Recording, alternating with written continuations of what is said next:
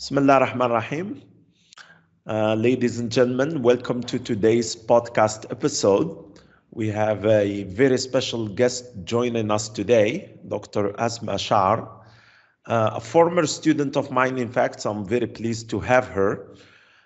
She has accomplished remarkable things in her academic and professional journey. So in this episode, we'll dive into Dr. Asma's fascinating experiences from her education here in Algeria to her education in England as a PhD candidate and then PhD graduate and also a PhD researcher and also a teacher, because you've had a teaching experience there in England, which I'm sure our audience today in teaching English as a foreign language, but in your case, of course, teaching English as a first language there in England, would be very interested in hearing your experience, and we are very happy to have you today, of course, to share that. And then, of course, last but not least, her recent fellowship in the UN in New York City. I think that you've come back from New York City last week, did you? Yes, correct. Yes. We are now in is it the third week of Ramadan? It is the third week of Ramadan, right? It is. We are now in the third week of Ramadan, so you spent there some time of Ramadan there in New York City, right? The first day of Ramadan was in New York City. First one. Yes, the full week. I mean, I arrived a few days before Ramadan to adjust and get used to things first, and then the conference at the UN was on the Monday, the first day of Ramadan. So there's that. Nice. Okay, you will tell us more about that, of course, by the last section of this episode. So Dr. Asma Char is, of course, a highly accomplished educator, as I was explaining at the very beginning, and an early career researcher. You have obtained a PhD in English from the University of Exeter in the United Kingdom, and you have navigated the demands of higher education in a system significantly different from your previous experience in Algeria. So we would like to know about that. I think this is an aspect of your career and your experience that we would like to hear from you about in terms of what are some of the similarities and perhaps differences, of course, between the educational system in terms of higher education in Algeria and in the United Kingdom. And so I always start with teachers of English, with students of English, with people who have had a career in English language learning and teaching eventually. I always like to start with this, which is, how did you become interested in the English language, in learning English specifically? I mean, I'd like to say welcome to everyone who's joining us and watching the podcast, and thank you so much for the invitation. I mean, it's really bringing me back to years gone by, and I was trying to go back, refresh my memory, remember how things were before in terms of my English language, in terms of my experience at university, being your student, and so many, our meeting in the UK, of course, and so many other experiences. So this is a good excuse to refresh one's memory. Sure. And go back, Yeah. go back to the basics, right? And nice. just touching on that last point about how I got into learning English, I would say it really started when I was in primary school. Of course, during that time, we didn't have English language as a subject in primary school. So I was just looking forward to this new language that I would get to start learning in middle school. So I really enjoyed learning English from the first session we started studying it. I would say that the main factor there was also my teacher, someone who was so easygoing, so knowledgeable about the language, someone who made it something easy to learn. Was it a man easy or to a woman? A man, Mr. Bin Jaddu, yes. Someone I really respect, someone I'm really beholden to as well. I feel like that gave me the push to start learning English with passion.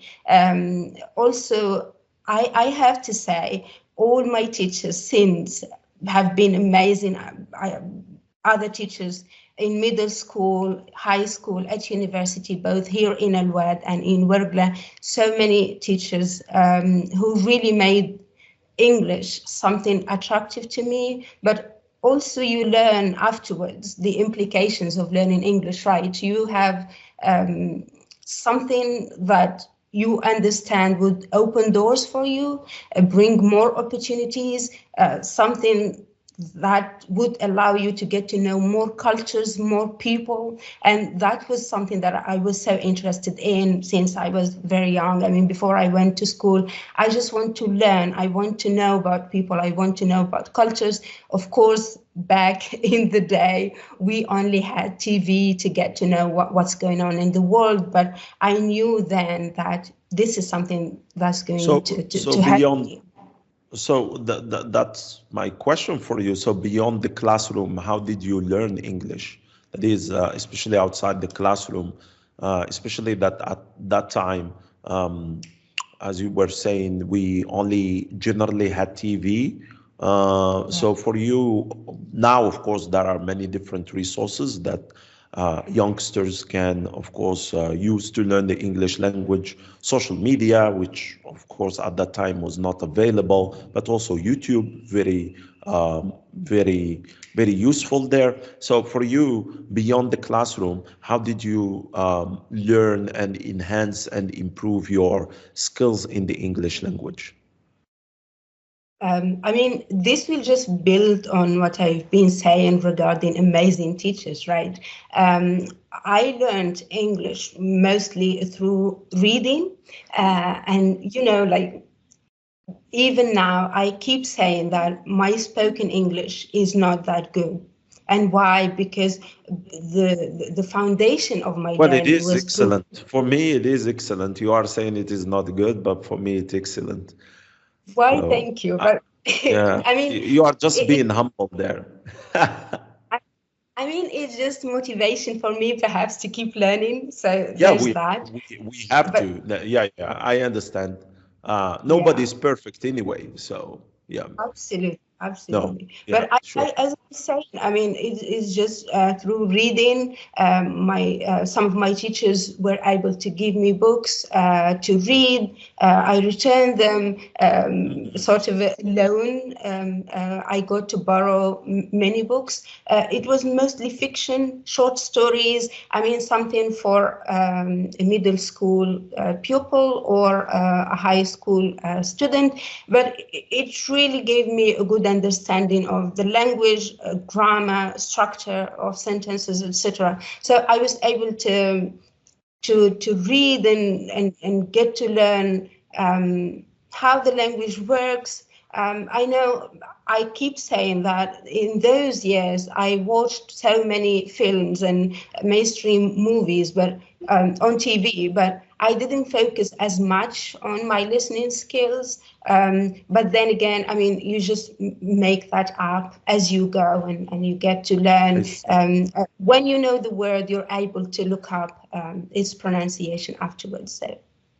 So would you say that your experience in middle school with your teachers giving you things to read especially as you said, short stories. Would you say that that was the origin of your interest in English literature, because you pursued, of course, a master's in Anglo-Saxon literature at that time at the University of ورقلة, and then even after that, when you had to choose what to study in the United Kingdom, in England, at the University of Exeter, you chose to do comparative literature.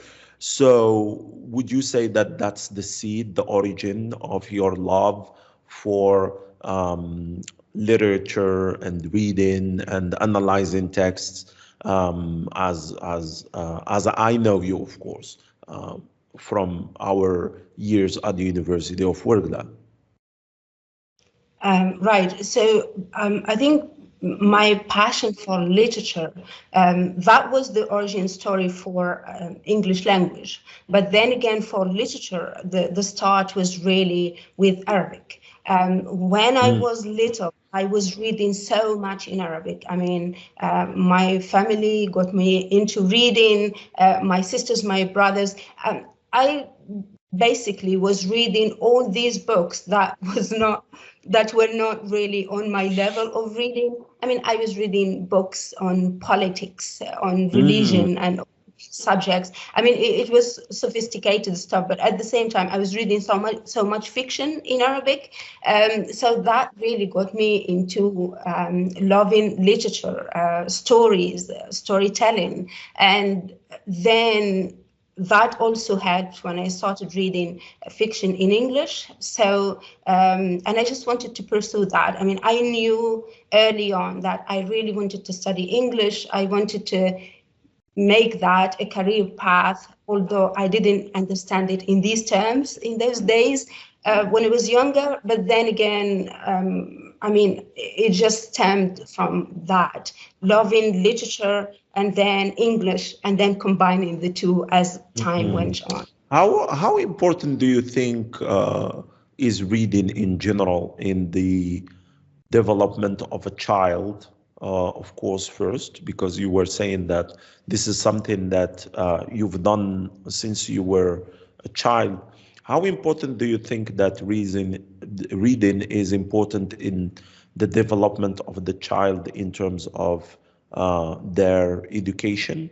And how important do you think that reading socially is important, because you were saying that this is something that you've seen and in your family, so that you grew up, Allah Barik, in a family that encourages that. And so when I look at your astonishing, of course, accomplishments in such a short time at a young age, would you say that reading has played a role there, and how so? Absolutely, absolutely. I mean, reading is not, for me at least, is not only important, it's crucial for student development, for child development. I mean, we've read and studied all the theories about child development, how that works. And I just believe that there's no alternative to reading. It really saddens me at times when I see children just going about focusing on social media at a very young age and not really getting into reading by any means. It's so important in the sense that it broadens your horizons. It nurtures your imagination. And I mean, I'm someone who sees themselves as a very passionate person about what I do, about the way I interact with people, the way I interact with the world, with people from other backgrounds, etc. And I firmly believe that that stems in how I was raised, and part of that was reading. I mean, being able to read makes you able to understand people, makes you have more compassion to what's going around you, to what's going around the world.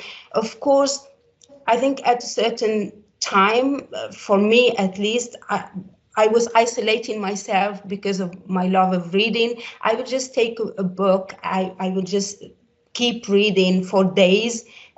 So there's that. But when you go into the world, you live elsewhere, you live in a different country, you go to another region, even in your own country, you have all that knowledge through reading, right? Yeah, exactly. Which allows you to understand people and be I totally agree. And when I was a kid, I loved reading, and that in a way, the disadvantage, I would say, between inverted commas, would be that, as you were saying, you would take days and weeks and months reading a book, and you are isolated. And you would think that the problem there is that you become socially awkward, or that you become like not very, you become an introvert, not an extrovert. You would say that to yourself. But now, after once you are mature, you are grown up, and you go out into the world, you see how all of those years of isolation come in handy in different situations, and of course in your career path. Whereas, unfortunately, what you see now is kids using social media, which is very isolating, like TikTok or Facebook Reels, or like Instagram Reels, all of these things that have short attention spans, and they do not educate as so much as they entertain, which is totally different.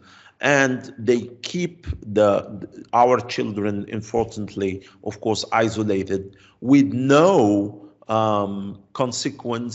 positive consequence whatsoever in the future. And so that's very sad side of the use of technology today that I love very much, but we are seeing that this is becoming a real problem. So that reading, that love for literature, of course, will that love of literature, that love of English will, right from the beginning, then when did you decide that what you want to pursue is a major in English, that is studies in English language and literature? That is, if you go back briefly to the baccalaureate, did you decide immediately that English is what you want to study, or was there a debate between you and yourself or your family? So how was it? I mean, I have to say that there was no debate whatsoever. The whole thing was a done deal for me. I knew, at least from the beginning of high school, that this is what I want to continue doing. But funnily enough, in the back exam, I had amazing results in many subjects, but not in English. In English, I was convinced that it's going to be 18. At least I knew that my answers were mostly correct. And few of my teachers corrected those for me as well. Like, it was obvious. I was really waiting for a high score in English, but it was a 12 or 12.5 out of 20. It felt like a catastrophe. It felt like the world was ending. This is what I really wanted to do. This is what I was passionate about. So how come, right? But then again, it just didn't stop me. I was like, I'm going to university. I'm going to do this. I want to study English. That was just something that was decided way before then. So yeah. Nice. And so the passion then was there, and the interest, then the passion was there. And so that would guide your career path all along. Now you studied the license at the University of الوادى, then the masters at the University of ورقلة, where I had, of course, the opportunity to meet you because you studied masters in Anglo-Saxon literature. And of course, needless to say that you were the best because you came first in the first year, you came first in the second year in your promotion, but very importantly, you came second in the national contest to study for a PhD in England, which of course for us at that time at the university, it was in 2015, was it? 15, yeah. 15, I remember well. I was at that time head of the department, and I couldn't be happier, of course.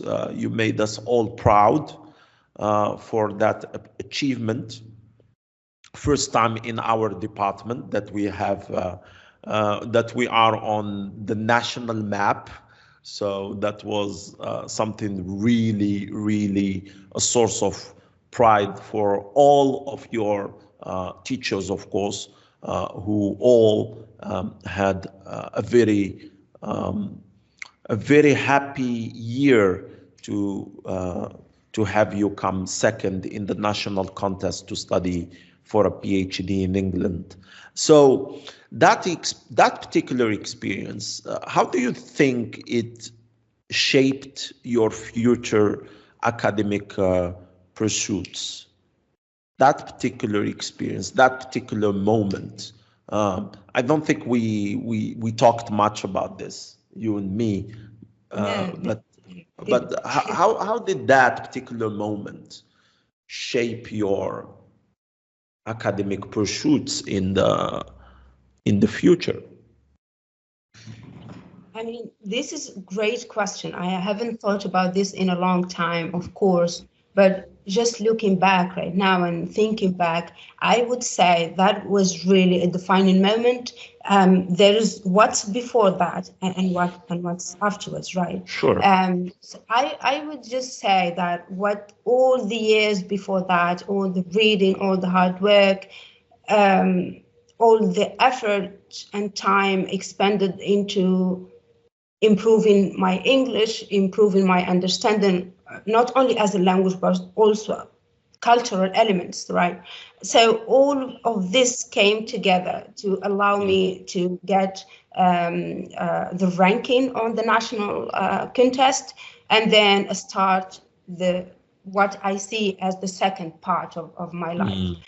Not only on a career level, but also on a personal level. It meant moving to another country for the first time, living away from home for the first time, meeting so many people, doing my PhD. But I also have to say that year we were talking about 2015, that was a really challenging year up until early 2016. Why? Because the process of moving from one part of life to the second one was really challenging itself.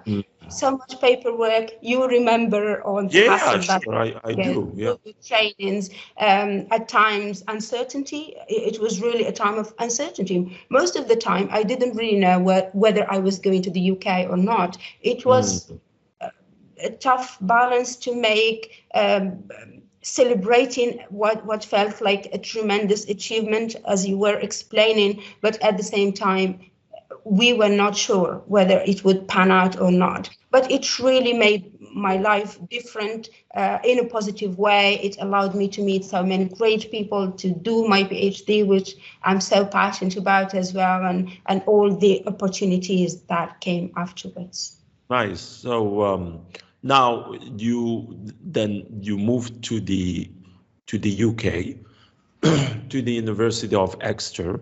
Now I had the opportunity, of course, to meet you there in England, in London. You were very sweet to go from Exeter to London to meet me up there. I had a conference back then in 2017. So it was, I think, a year after you moved to study in England. So we moved, we met there in London for a day. You were very sweet also to walk me through the streets of London. And so I remember I posted something on Facebook without a photograph at that time, telling the story of what happened.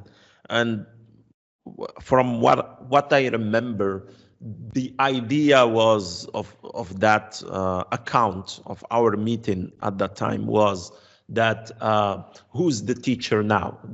I remember that very well, because you were the one guiding me through the streets of London and showing me around and talking to me about the cultural events. We even had the opportunity, I think, was it a Sunday? It was a Sunday, I think, and we had the opportunity to go to the palace and see the what did we see?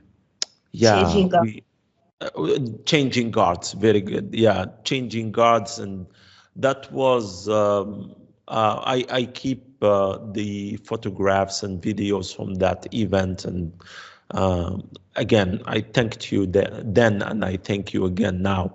So, but moving to England, studying for your PhD at the University of Exeter, living in England, what was your experience like studying for your PhD at the University of Exeter? And for example, to guide you through the question, perhaps, what challenges did you face and how did you overcome them? This is studying PhD. So studying PhD in any country can be a daunting experience. So tell us about England.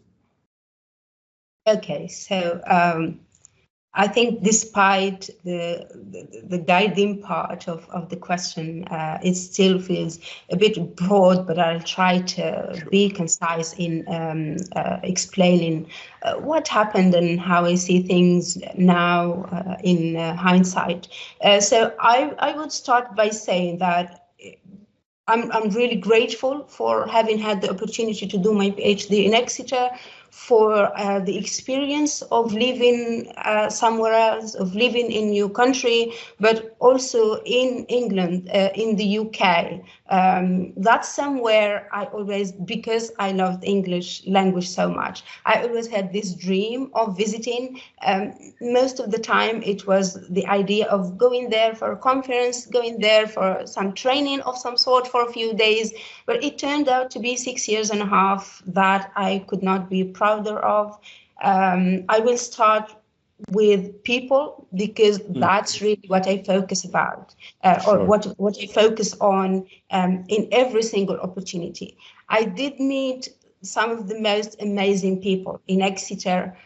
Some of them are now second family to me, best friends, who really helped me with the challenges that came with moving into a new country, also going into higher education, as in PhD studies.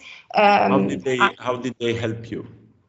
Right. So the first day I moved into Exeter, I was just moving into my accommodation. I was really rethinking my decision. Is this the right decision? Why so?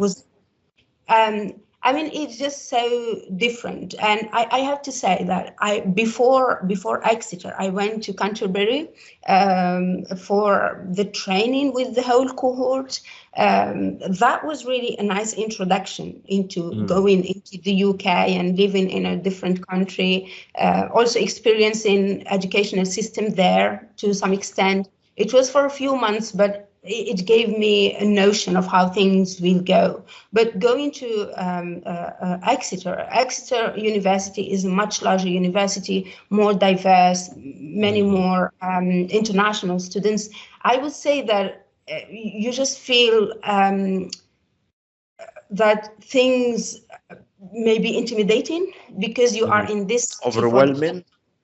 Overwhelming, of course. You are going to live there for a few years, meet your new supervisor, meet the cohort, other PhD students starting with you, but also you have to navigate the social aspect of your life. But you know no one there, right? You only have your supervisors who you met through emails and admin processes, and not really in person. So when did it hit you, like this feeling of, is this the right decision? Have I made the right decision? When did it hit you? I mean, when I reached Exeter, along the way, when you are preparing your bags, your suitcases, and you're just going, you are so excited about what's coming or what comes next, about the opportunities, about the PhD itself. But then again, you realize, okay, this is real life. I have to take care of my life, studies, social life, meeting people, navigating this different country, all aspects of it. So the first few days were quite intense, just thinking whether this was the right decision or not. Of course, I knew that I was not going to back down, right? But you still think that way. Yeah, sure. And that's my question for you, especially for those who aspire to study abroad in general, in the United States, in Europe, in the UK. What misconceptions do you think are there about studying abroad? Because what I've noticed, and I'm pretty much guilty of that as well when I was young, is that we romanticize studying abroad.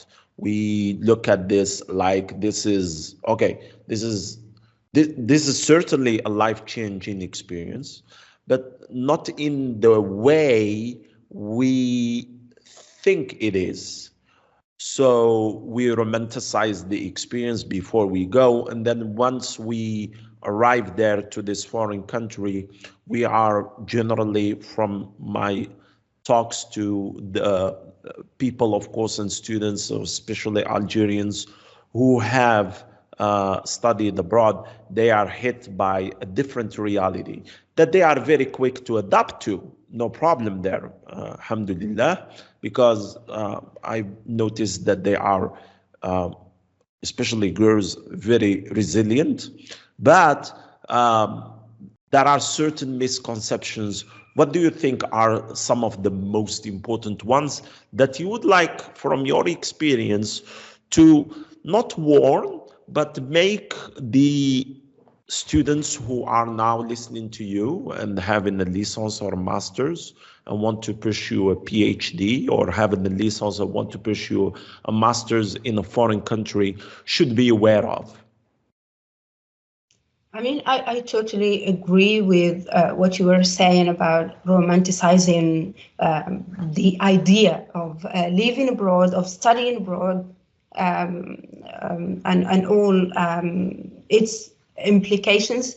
But the misconceptions I see, and as you say, we might be guilty of those as well, is thinking that going abroad is going to be a piece of cake, that it's going to be a paradise. I know that these words are quite silly, but I've seen so many people make those statements, and it really makes me not want to push a narrative that it's hell, or right the opposite. No, it's not. No. I mean, I'm proud of the time I lived in the UK, of my PhD, etc. But we have to be realistic. That's the main thing. You have to ask people who went before you. You have to get an understanding of how things work, have an understanding of how the PhD itself works, because that's the main point. Like going to the UK or to Europe, as you say, other European universities, or anywhere in the Arab region as well. We have people who go to Jordan, to Tunisia, etc. You have to understand the educational system of the country you're relocating to, because we don't really know much about administrative processes. We don't know how things work. The PhD itself is a challenge, even if you are doing it in Algeria. So it's really about knowing how things work and not just going with, I don't know, pink tinted glasses and things that this is just going to be a perfect journey. You have to be ready to deal with different situations. Even if you are living in your home country, you are doing a PhD, you have so many aspects of life that you need to navigate, and that's true for relocating to another country, of course, and starting a PhD elsewhere. What about for you? Of course, obviously, an Arab Muslim hijabi lady living in a Western country, non-Muslim for the most part, although very, of course, diverse. What kind of experiences, not to say challenges, because I don't know what was it like, what kind of experiences did you have that you would like to share with the audience so that they are aware of some of the things that they might face in England or the UK or any other country where Islam is not the main religion? Right. So this is a really important question that we have to factor when we are thinking about moving abroad or going to the UK or any other country.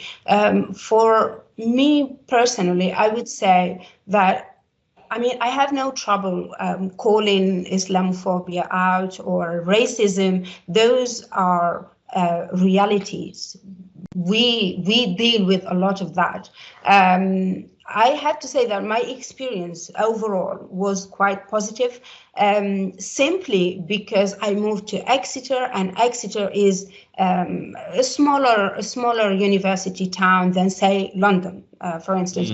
Although London would be much more diverse, culturally, people from different backgrounds, etc., etc. But I would say that it is quite a challenge at times to be yourself, as you say, hijabi Muslim woman in a mostly white institution like the University of Exeter. At times, aggression does not, or racism, Islamophobia, do not really come in very obvious. People do not make their intentions towards you very obvious. They are just microaggressions, right? They are not overt. Right. They are covert. At times, right? We call those microaggressions as in people making sneaky comments, trying to exclude you from the group, etc., etc. So and those are absolutely. And I would say that it also doesn't have to be the UK. I've been to the US, I've been to different places, and while my experiences can be positive overall, there are still instances where you feel excluded, where you think that people are intentionally trying to get you out of the in-group they are making. Yeah. So now moving to your PhD per se. So you were there to pursue a PhD in English language and literature or in comparative literature. Tell us about that. Tell us about your PhD experience. I mean, the research part now. Right. So my PhD was and is in English. English, as in the Department of English at the time, was mostly about culture, really. So you would find British literature, English literature, American literature, but also you would find world literature, all kinds of literature and culture, all aspects of cultural studies. It's all focused at the Department of English.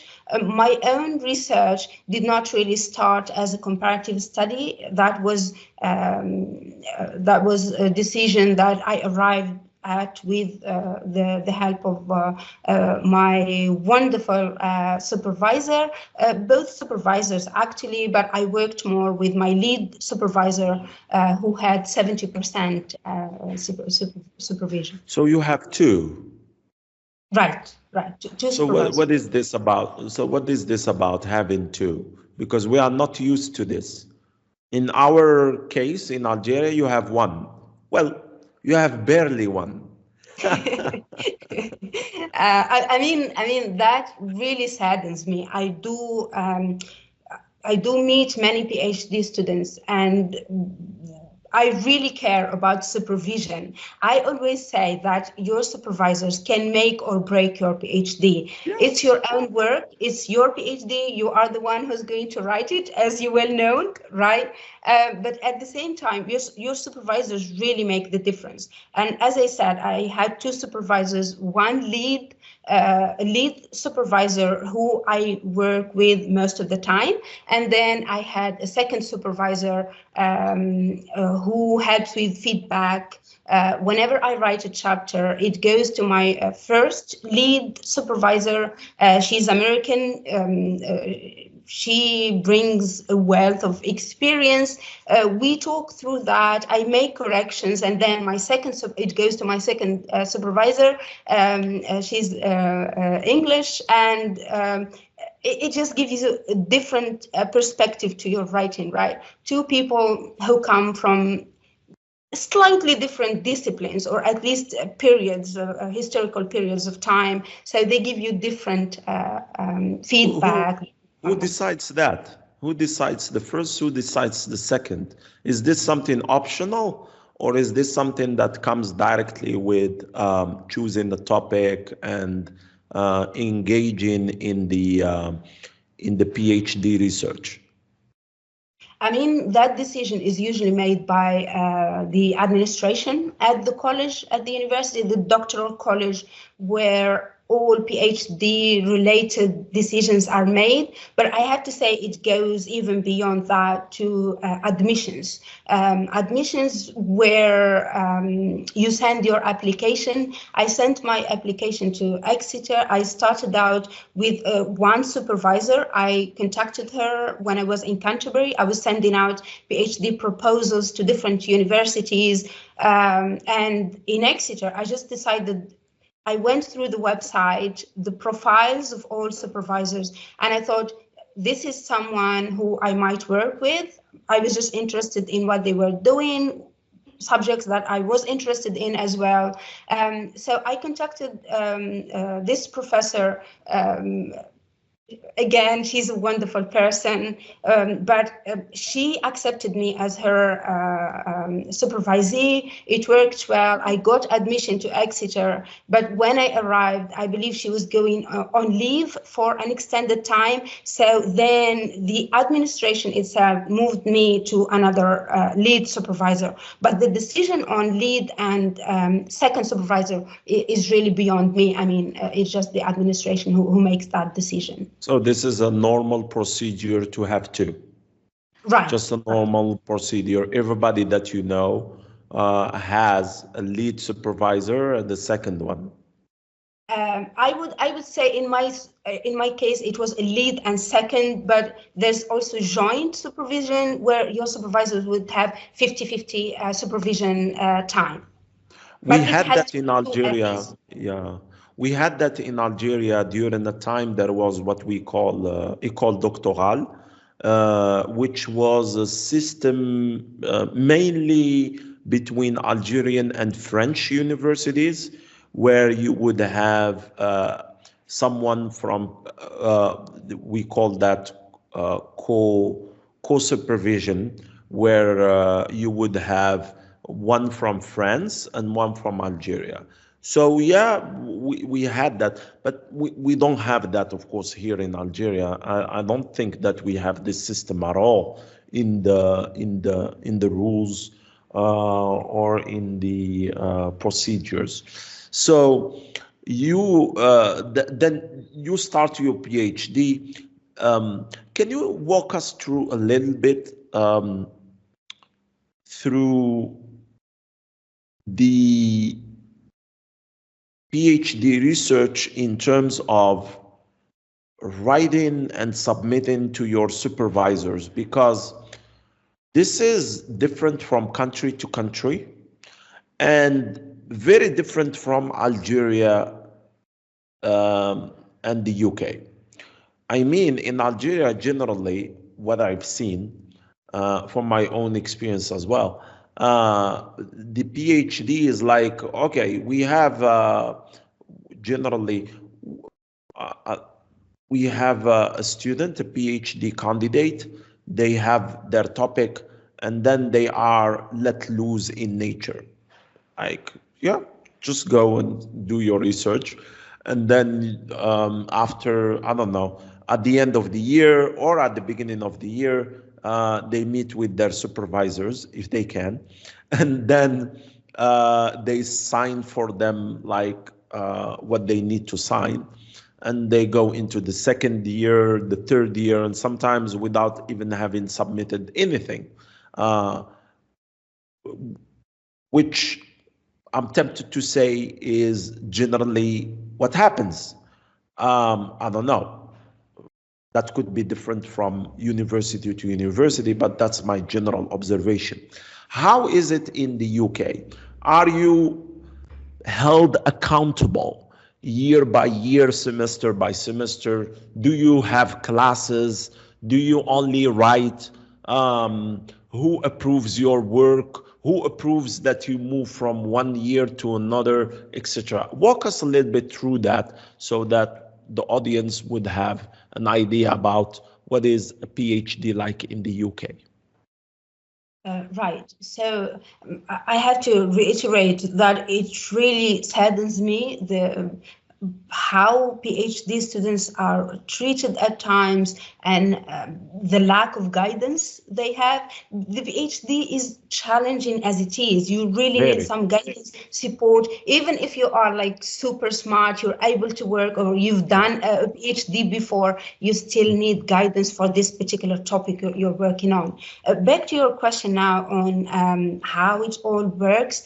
I would say that there is absolutely different forms of accountability, and it's not really year by year. I mean, we have a yearly review. So we would have a review, but then again, you have to go with, you have to do that review with your supervisor. You have a document, different questions, evaluating how things are progressing, but at the same time you have to prove your progress, right? You should have chapter drafts. I don't know, you went to a conference, you've given a conference paper, you've done this and this and that, and these are complementary aspects of the PhD. They are not taken separately. You have to have progressed well in different things. For me, otherwise. But that's the thing that I want to know about. Otherwise what?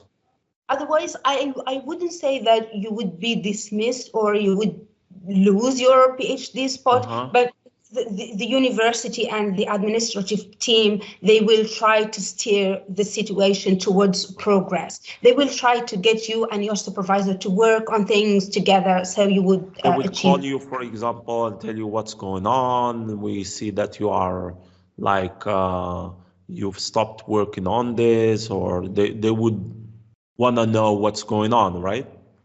I have to imagine that's the case. I've never been through that myself. From what you've heard. From what I've seen, I mean, communication or relationships with supervisors can break down. I've seen that firsthand. Even in the UK, it does happen. Students would have a wretched. That's very normal, in fact. Yeah. But there are procedures in place to make sure that you are making progress. If not, they would inquire. It could be a mental health struggle. It could be a family issue. There are all kinds of things, right? But they would factor in all of these, make sure that you are okay, you are able to make progress in the first place. But if you're not making that progress, there will be kind of soft nudging to to get you to do your work. To get the things moving. Moving, yeah, absolutely. And from my experience, I mean, my supervisor always says that she did not have, or she was not really tired working with me, because I have accountability for myself. I want to work, I want to make progress, I want to be done with things. So it's not really to say that I'm exceptional or different or amazing or any of that, but it's just, you feel like this is something that has to be done and you get doing it. But it's still challenging. I have to admit that I was dealing with procrastination at times. I was not able to make the progress to do by the deadlines, etc. And so that's my next question for you. Where did you get the motivation from? I mean, personal experience again, the PhD is like with, you were talking about procrastination. That's the problem with it. You, especially in our case, if you are teaching and then if you are doing other things, do you think that in general,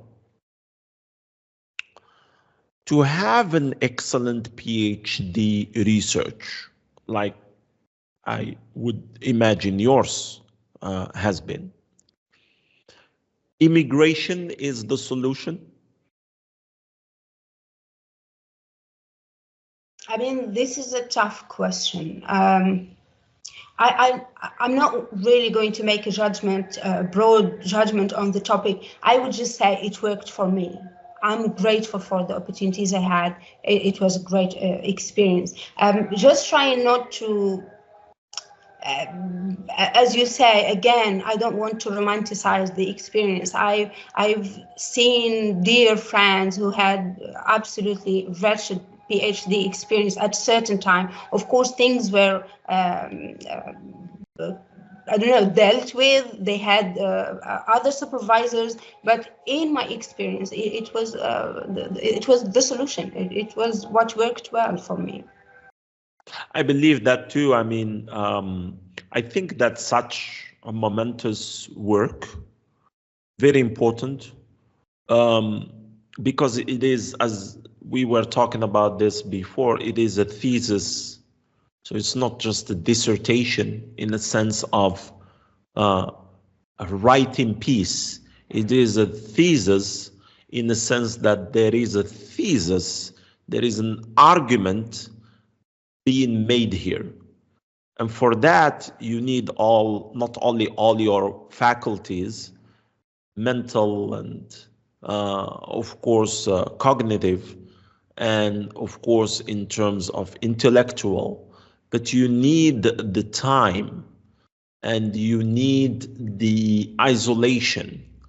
And I think that these two come with in a setting where you are an immigrant. I believe so. I believe so. Doesn't mean that you can't do it in your own country, in your own setting, in your own family. Doesn't mean that. But one important aspect of doing great research and perhaps even arriving at great conclusions and results is to do this in immigration. I think so. I really believe that, because we were talking about isolation before. You need that. You need to be like isolated from the outside world, and that's another misconception about studying abroad. Most people think that you spend your time shopping and going from one store to another, and you spend your time going from one city to another. Well, you aren't. You wouldn't. You would spend most of your time at the library. You would spend most of your time in your room researching. And even for that, you wouldn't have enough time as you want, right? What do you think? Absolutely, absolutely. And I really wanted to go back to your point about, I have to say, it's really fair to say that when you are in another country, that that sort of isolation you go through, having your own room, having your own space, home office, also an office at the university, which was the case for me, of course. So that's really helpful. That's really crucial for the PhD. Otherwise, you know, back home, like here, my family is quite large, mashallah, so many people, so many kids, and it's so difficult to get that extended chunk of time needed to write a chapter. So it would really be challenging having people go in now and then, questions, just having a conversation or chat with everyone who comes in. It takes a lot of time out of your PhD, out of your writing time. That I have to say I agree on that, and it really helped me, because by the end of 2019 I was done with my first draft of the whole thesis. So you just have time. But again, to your point about where do you get the motivation is that when you are abroad, you are on a visa, right? A student visa, and you know that time is ticking. You have to work. You don't really have an alternative. Maybe if I were home, I would have taken many more years. That makes sense. Yes. I hear you. I hear you and I feel you, because I am in that particular situation. So that is something very important. I think that the key word there would be dedication. You are dedicated to that. That's what you need, especially when you are young. I mean, that is something, you are there for that. It's, you breathe it, you live it, you talk about it all the time. You want to kill it because it's taken much of your time and effort and mental health, and you are like, when is this going to finish? But I think that you need that. For me, I always say that that's the perfect setting. If you want to do, if you are serious about research, especially in PhD, and the perfect setting is to be in another country. That's not always possible, but if you had the opportunity to do that, then that's the best thing ever. That's what I think. So now, by you said 2016, by 20, did you say 17, 18? You were almost done. When did you finish? I mean, when did you finish? But when did you publicly defend your PhD? And tell us about the public defense in the UK. كاين القاطو كاين الاخر ولا ما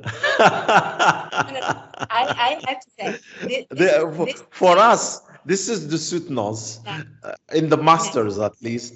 I went through that. I did go through that. So yeah, but no. You went through that at ورقلة University, right? Yes, I did. So, but is it the same in the UK? No, absolutely not. No, what happened there? So that our audience would know the difference between a public defense, which is a sutnos, as we call it in the UK, and here in Algeria. Yes. Right. This is going to sound very underwhelming. I mean, you are expecting, I guess, a very elaborate affair. So how is it? Yeah. For the Viva. No fanfare. That was not the case at all. What happened was this. So I submitted my PhD thesis in September 2020. I was trying to get. Yes, that's why I'm saying it's underwhelming. So tell us about that. Yeah, that's interesting. Yeah. I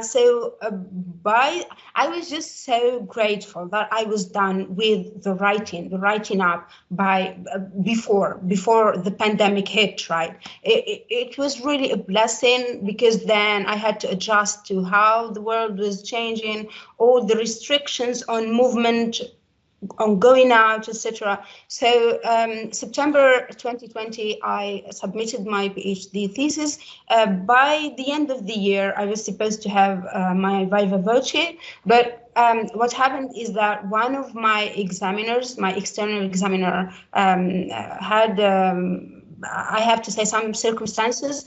She was not able to make it by the end of 2020. So my Viva took place in January 2021. So you can see that administrative processes, different circumstances can factor into how it works, but it was right after Christmas in the UK. So the restrictions, the COVID-19 restrictions were back. No going out. You can go out, but you cannot socialize with people, etc. So what happened is that my Viva was online, and it really worked well for me. It was the perfect setting. I booked an office study room on campus. I went to campus. One of my friends was there. We were trying to keep social distancing, of course. She was just taking pictures and videos outside the room. It had glass, so she was able to see me, etc. But I was able to set up my laptop. I had the Viva itself. No audience. I mean, there were other people studying nearby. There were people near me, but it was not like a celebration or any of the sort. But even in non-corona times, that's the standard, at least at Exeter.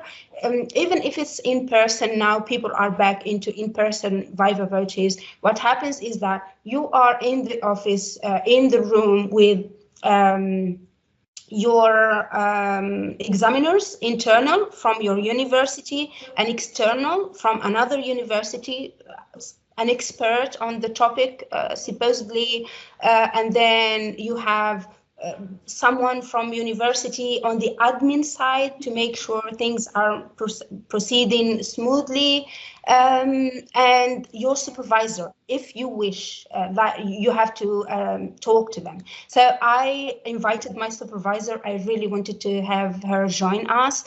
Of course, as I said, it was online, so she made the time. We had the everything set up. We had a test before then online to make sure things work well. It was an absolutely amazing experience. I mean, I know that people can be traumatized. I still remember it was so intense. At some point, I remember thinking, I really want to give up. Like, I'm just so tired of all these questions, but they were excellent questions. I learned a lot. It was an amazing experience, and online worked for me just fine. That's nice. That's that's wonderful. And again, I don't think that there is a time that there is no, like, it doesn't expire to say congratulations for a PhD public defense. So again, congratulations again for that. It's a major, of course, achievement.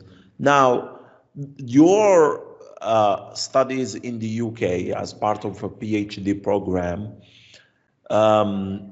your study in the UK was part of a program, a 5 years program, and 5 years partnership between the UK and Algeria.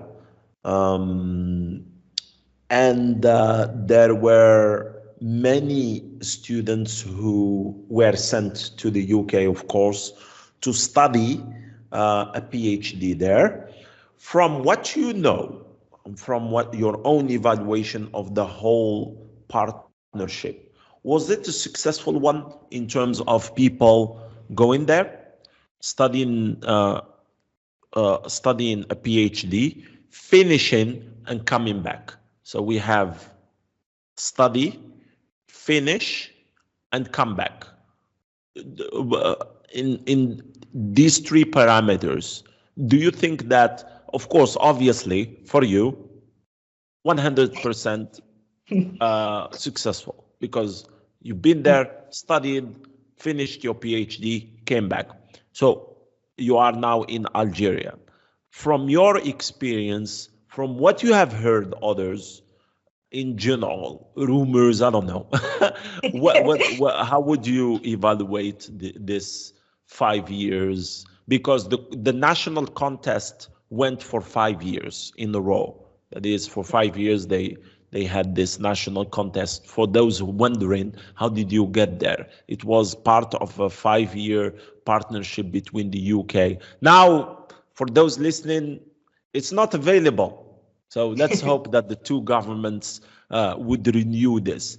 But in order to renew this, probably they have to evaluate the first experience. So from your experience, from what you've heard, how was it? For the others, of course. I would say, I don't want to talk like on behalf of everyone else, but at least the people I know, many friends and even acquaintances from the following cohorts, what happened is that so many people say they really enjoyed the experience. I mean, I'm reporting this based on at least our meetings at the ministry, because every single year we have to go back in summer holidays, not really summer holidays for PhD students, you know, that work continues, but in the summer, in the summer, we do go back to the ministry to get our review of progress approved and to get our scholarship extended for the next year, etc., etc. So this is what I'm basing my evaluation on.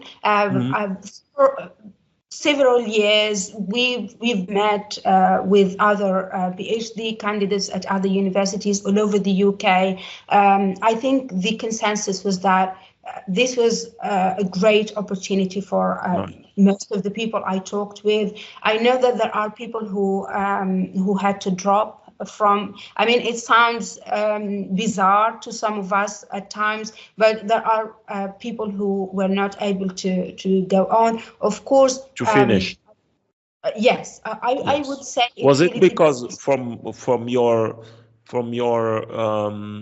evaluation or from your perspective, was it because it's they found this very hard?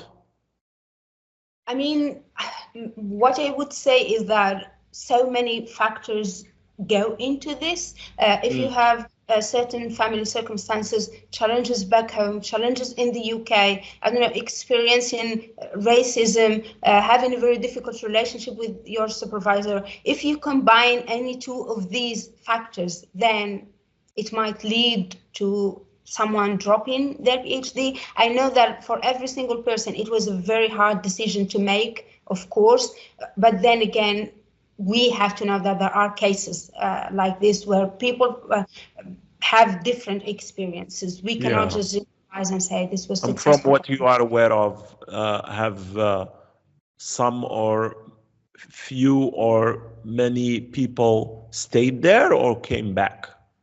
Yes. So there are people who stayed in the UK, as far as I know.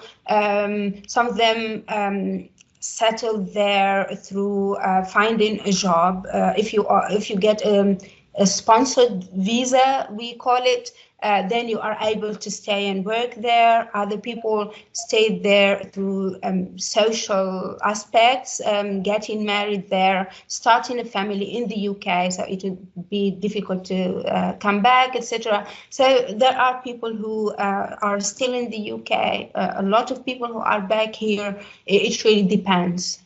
Yeah, it really depends. It's a mixed bag there. So I guess that it's the job, of course, of the Ministry of Higher Education and the whatever body responsible for this partnership in the UK to evaluate and give us like some sort of a report that I would be really very interested in reading, because in some way or another I've been involved in this, because at that time I was working at the administration at the university. So I was back back then head of the department, so I was responsible for the administrative part and even for preparing some of them in the later, of course, cohorts. So been in contact with many of them, of course, over the years, even after I quit the administration at the university and continued as a teacher.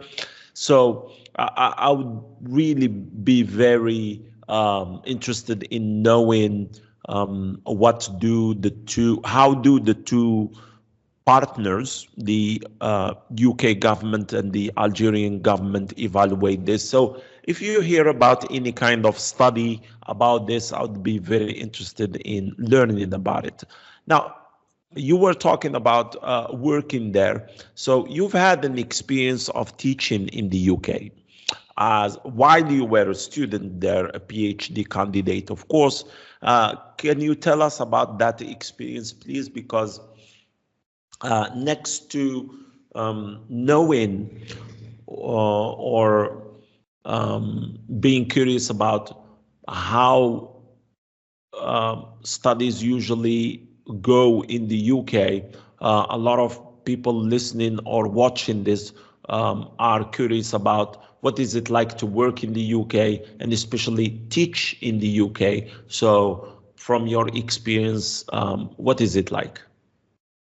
Okay, so I just have to make a slight correction. My actual teaching was right after I graduated, so it was not really part of my PhD. But what I was doing during my PhD was I doing the training for teaching.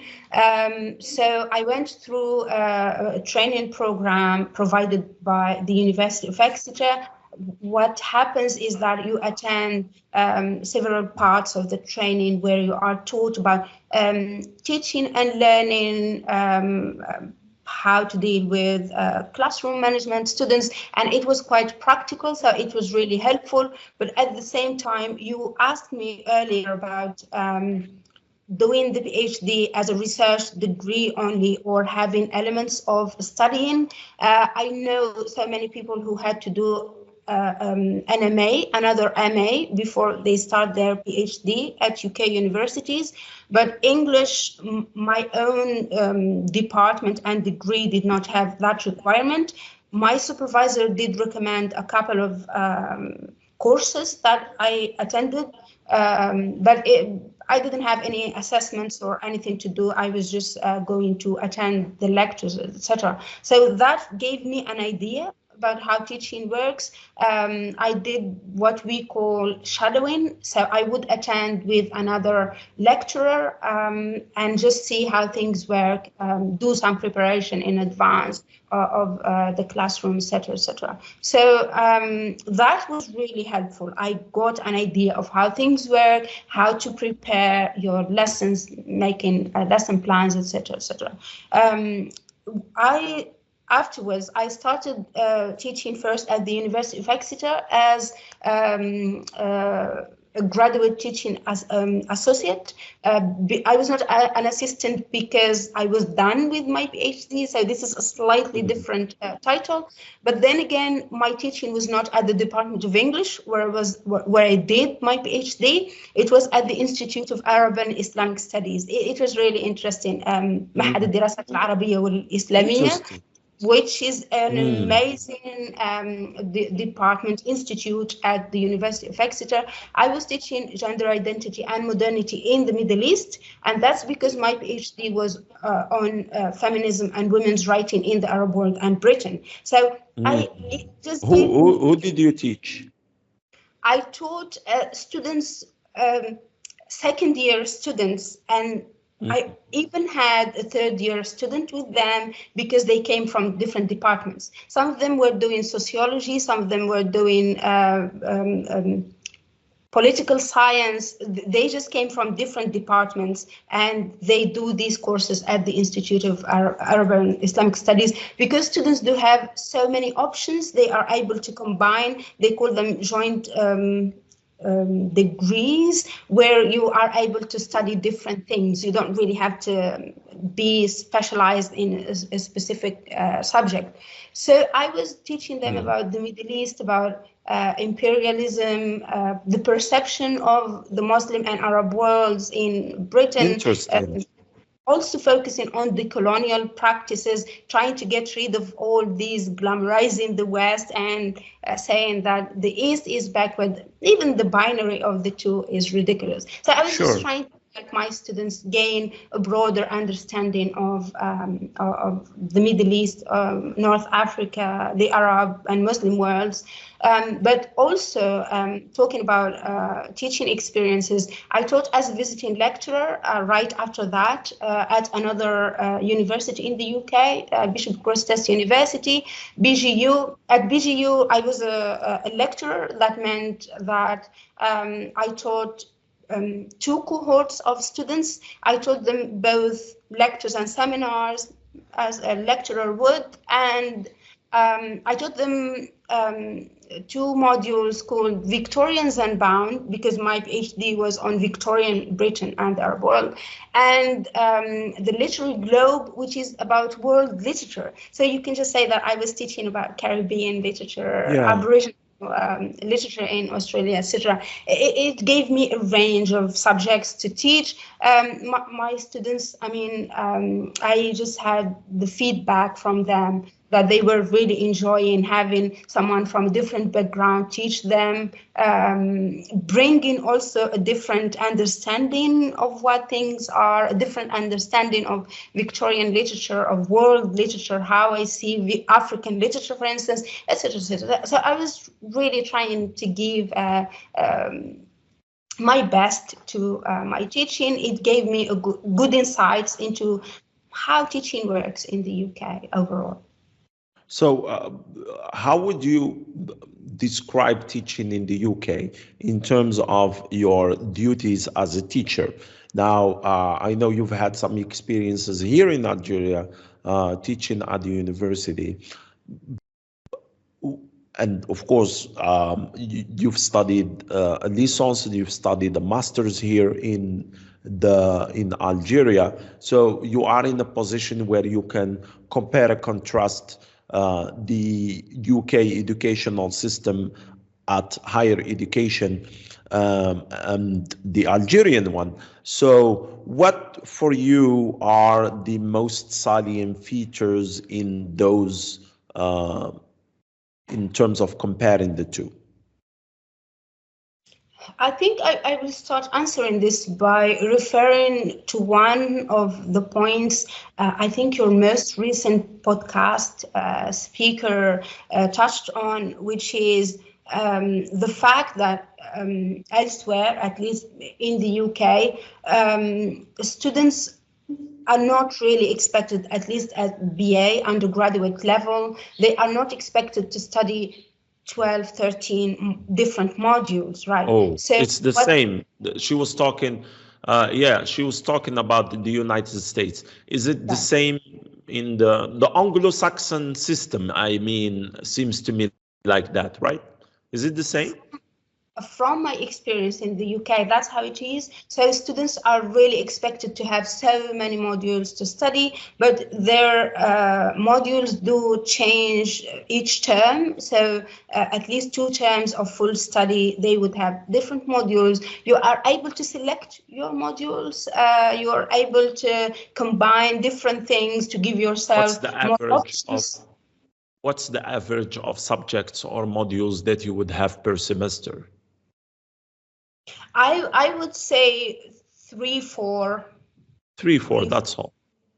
Absolutely. I think that's the case, at least of my students. That's what I've seen. I know that by the next term, I taught in 2 different systems. So one of them terms, the other one semester, but I knew that my students had different modules in different terms/semesters. This particular difference, that seems to me like a key difference again that I've talked to before to my guest in the previous podcast, seems to me, as I said, as a key difference for you.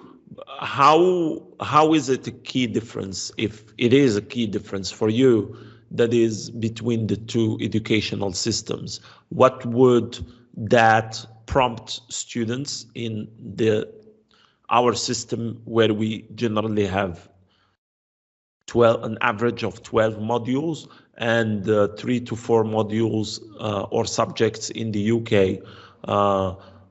How would that change the educational experience in general, the learning, and the evaluation?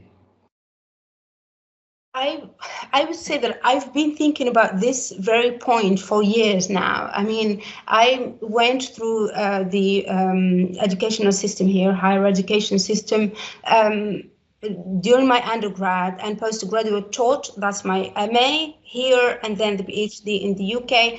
Being a lecturer afterwards, I saw the difference. But I'm really conflicted to say that our 12 module system is not great, to put it mildly.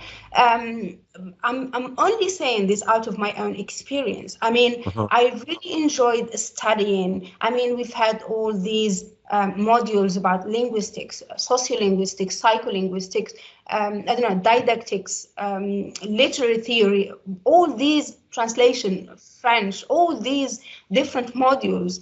I just see them as what made me who I am. They really gave me an advantage in the UK. I mean, I've seen some international students really struggle in the UK because of the limited scope of their studies. Or that's how I perceive things. But for me, it did give me an advantage, because in English, I see people studying so many things. We have conferences alongside people from the history department and other departments. And I just feel like my education here really gave me an advantage. I was able to study a lot. And in ورقلة, I didn't really have much to do apart from studying. So when I was back in accommodation, I would just be reading more and more. So that really gave me a different experience. Sure. But it's not necessarily bad. I would say that 12 is too much. So maybe somewhere in between would be a perfect balance. Perfect balance, definitely. I mean, I'm always interested in hearing these different perspectives and opinions about this particular issue. Of course, I would say that I too believe in the idea of balance, but what I mostly believe in is, as this would take us back to reading. I believe in reading outside the classroom. I think that having 3 or 4 modules, subjects, would give you more time to do things outside of the classroom. Now, of course, with exceptional students like you always would want more, of course, because you would have, let's say, 8 modules in the classroom, and then you would go outside of the classroom and read, even without the teacher telling you to read, which is wonderful. But that's not generally the case with students in general, because they would be overwhelmed with too much things to do outside of the classroom, too many modules, of course, to put together. That's the problem. Our problem, I think, is not only in terms of having too many modules. The problem is in trying to look at the whole thing like a curriculum, because there is a difference between studying each module separately and then the curriculum. Our problem, I think, in this debate over quantity over quality, I think that it's a misguided debate in terms of should we have 12 or should we have 5 or should we have 4? Yeah, if we have 12, we have to make sure that these 12 work together in the sense that they all make sense together. Unfortunately, what I've noticed from my own experience is that these different modules, there are a lot of them, 12, but their problem is that they are not in sync. That's the problem.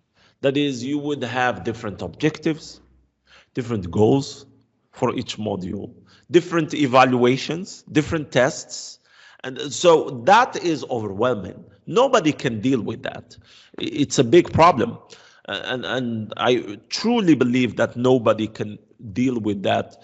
Of course, exceptional students can deal with that, but in general, the average student cannot deal with so much fragmentation, let's say. What do you think about this? I would say this is a very fair assessment or evaluation of the situation. But what I want to also say is that we should not really think that having 3 or 4 modules, being a comprehensive curriculum that works very well together, coherent curriculum, that does not really mean that students are still going to do all the reading. It doesn't mean that they will, okay, you have assignments, you have several milestones for them to reach. They would do that, but I've seen so many students who they have this module with 1 novel to read, they wouldn't do that. So it's really tricky. Even if it's content. Yeah. So that would mean that having 4, 3, or even 2 doesn't mean that the people are going to do what they have to do. Yeah, I see the point, and it's a very important one, I think, especially now in the educational system, even in the United States and the UK, it's not going up. It's not going for the better. In fact, it's going backwards. And unfortunately, I mean, which they used to be model and excellent educational systems, higher educational systems. Now they are going backwards. Unfortunately, there are many reports. I read that, I mean, regularly. I read about the 2 systems, and things are not really going for the better. They are not bad, but they're not going for the better. And that's unfortunate. I mean, the competition from China and from Asian universities is just outstanding. I mean, and the standards in the Asian universities now is very, very high, especially in terms of, as you were saying, in terms of discipline. You can't do this in Asian universities. You can't like slack and say, yeah, I wouldn't read or do what I need to do. But this is, I heard the other one, they are supposed, I think in high school in the United States, they are supposed to give like presentations. And somebody was saying, who is my age, was saying that back when I was in high school and at the university, if you had a presentation to do, you had to do it. Now it's optional. If you want to opt out, you would say, yeah, the teacher would tell you, here is your presentation to do, and you say, okay, and then I will not do it. So yeah, I mean, it's very interesting. It's very interesting. So that's your then experience with, again, teaching abroad. So mostly you would say it was a positive experience. Absolutely. Yeah, let me put you back right into it. So again, congratulations on winning the Feminist Foreign and Development Policy Fellowship. So this is, you've come back from New York City, as you said, in the past few days. You've spent some time there during Ramadan. So can you tell us more about this fellowship and your experience in New York City in the UN? How did you come to be interested in this fellowship? How did you, in terms of course, candidacy, how did you become a candidate? And then last but not least, of course, how did you win this fellowship? Right. I'm still riding the high from my trip to New York City. It was an amazing opportunity for me to go to the city. I've been there before once for I was in Pennsylvania for an academic conference, and then I went to New York City to visit friends, see the city, the cliche tourist thing. But back to the fellowship itself, it was amazing to go back just the last couple of weeks, this early in March. What happened is that I saw the call for applications for the fellowship. It's funded and advertised by a German foundation. It's called the Heinrich Böll Foundation, but this is their office in Washington, D.C.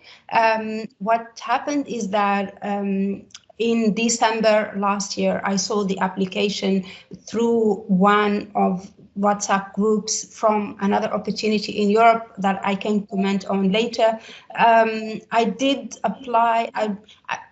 At first, I was procrastinating. I didn't really think that this fellowship, that I might be eligible. I was just uncertain about it, but it was so interesting that I just kept the tab open. I think this just tells us to go for it when we see opportunities that might be of interest that we may qualify for. We don't really know, but we have to take that leap of faith for it. I did apply, and sometime later I was informed via email that I was awarded one of 3 fellowships, and this was out of over 600 applicants. So it was very competitive, and that's why I'm extra grateful for the whole opportunity. The Feminist Foreign and Development Policy Fellowship is a program, as I said, from the Heinrich Böll Foundation. They are a green political foundation in Germany, so they follow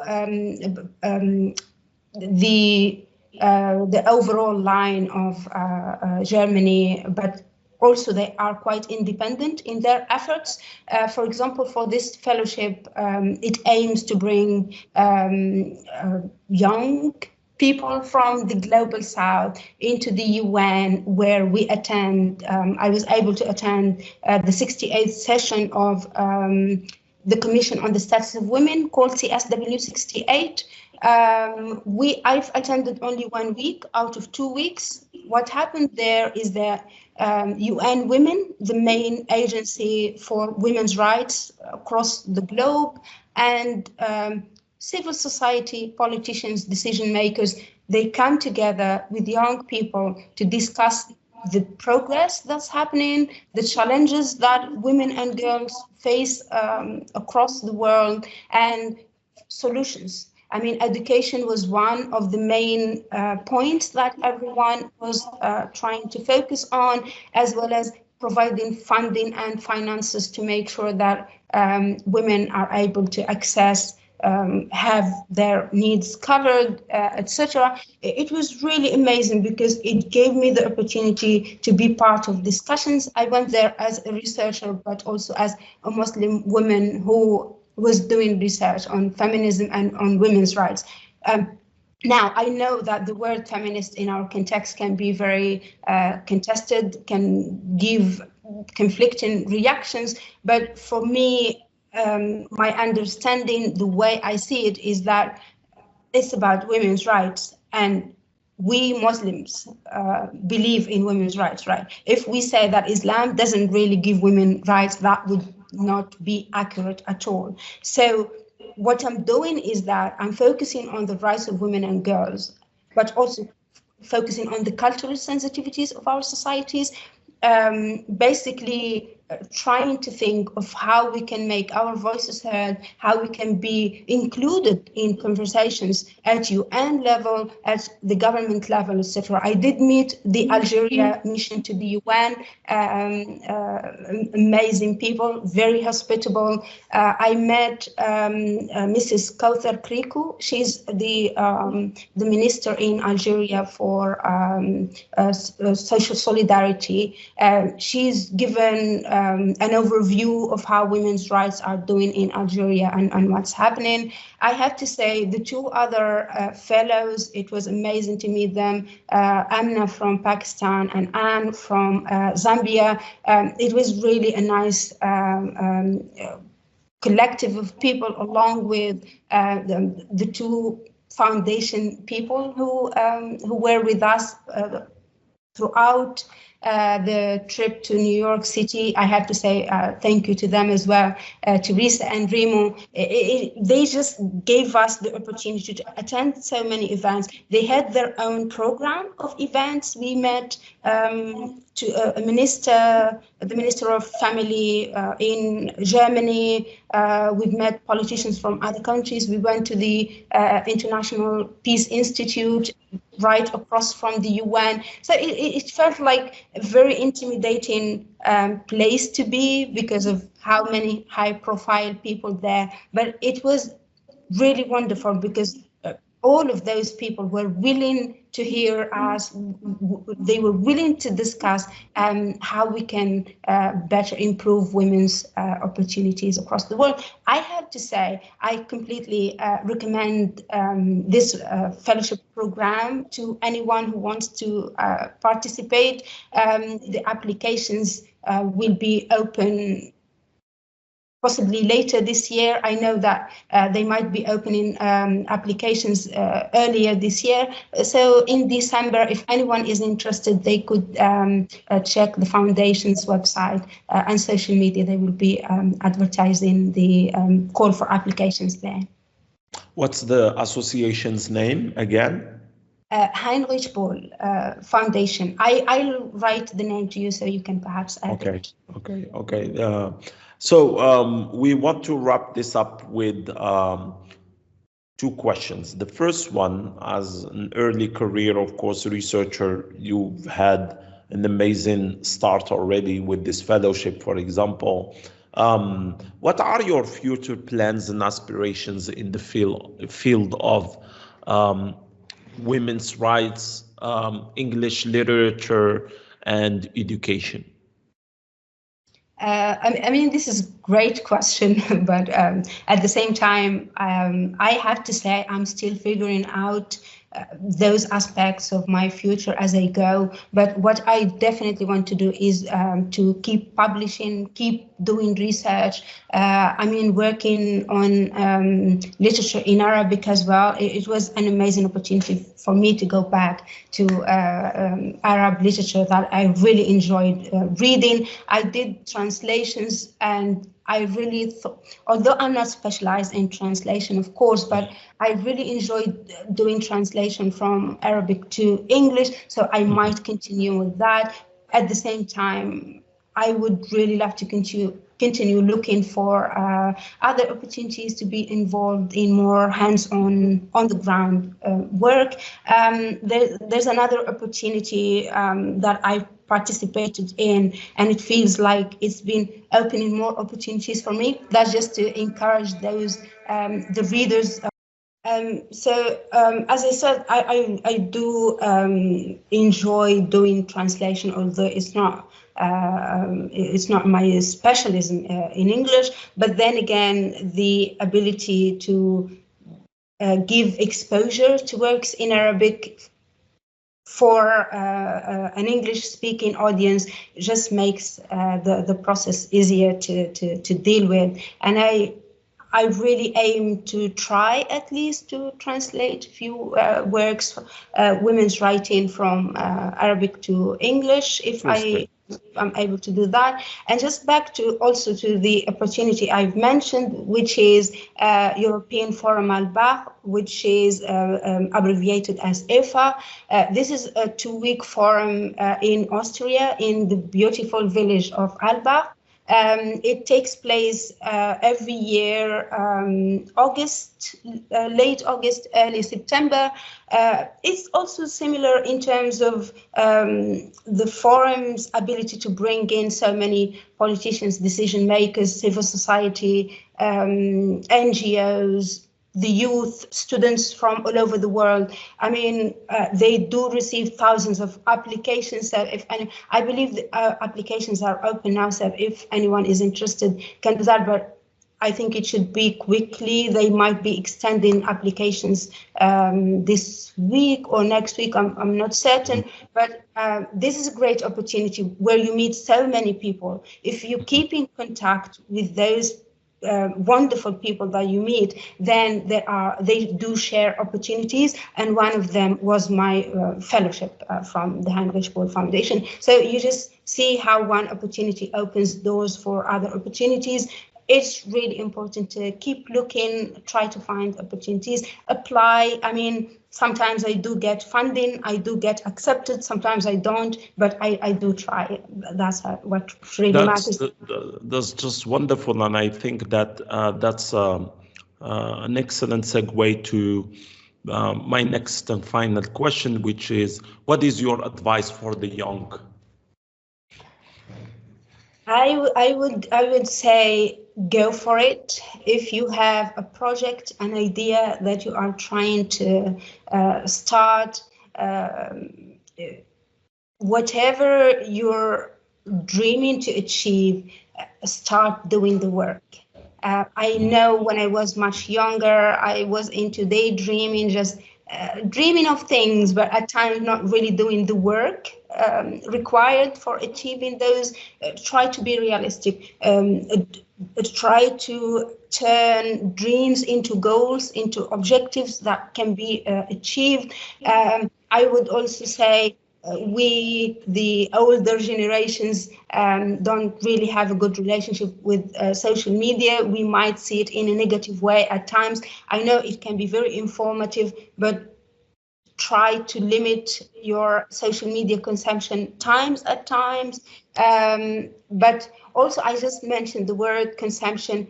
Don't fall into consumerism. I mean, all the social media out there pushing us to buy more and more, even when we cannot afford things.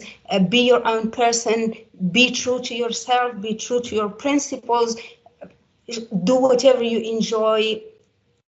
And of course, love Allah subhanahu wa ta'ala, love your family, also focus on the social aspect of your life. People are really important. No matter how much or how far we go into our career, do also remember your family, your roots, and try to keep in touch with that, with your spiritual aspect, and things should be fine. I think this is wonderful advice for the young. They need that. I mean, your story hopefully will inspire young people from all walks of life, and especially young girls who are thinking about, for example, pursuing their studies abroad, or pursuing a career in education, or going ahead and trying things. I think that your story, that today our episode would not do it justice, of course. This is 1 hour and a half or 2 hours of trying to compress all of these different experiences, all of these different dreams and achievements into 1 hour or 2 hours. But my hope always for young people is to listen to this, in addition to, of course, practicing their English, because this podcast mostly is in English. My hope always is for them to get another perspective. What I hear from a lot of young people when they watch or listen to this podcast, or the hundreds of podcasts out there that are about sharing experiences is that sometimes they come at the right time. So I hope that for anybody listening to this now or in the future, I hope that this episode, that you would watch or listen to this at the right time in your life, when you feel down, when you are in another country, perhaps studying, and that you will listen to the experience of Asma and how she has overcome the different challenges and how she has seized on the different opportunities presented to her that would be a lifeline for you, inshallah. In this holy month of Ramadan, I hope you all holy Ramadan, inshallah, Ramadan Kareem. Asma, thank you very much for doing this, for sharing your experience. Wishing you the best, of course. I'm sure that, inshallah, perhaps we'll have other episodes with you on specific topics this time, about specific topics in perhaps in education or women's rights, or wherever we can talk about. This was an amazing discussion, an amazing conversation. Thank you very much, Asma. Thank you. Thank you for the invite. Thank you so much. Thank you so much. And hey, bye-bye. Take care. Bye.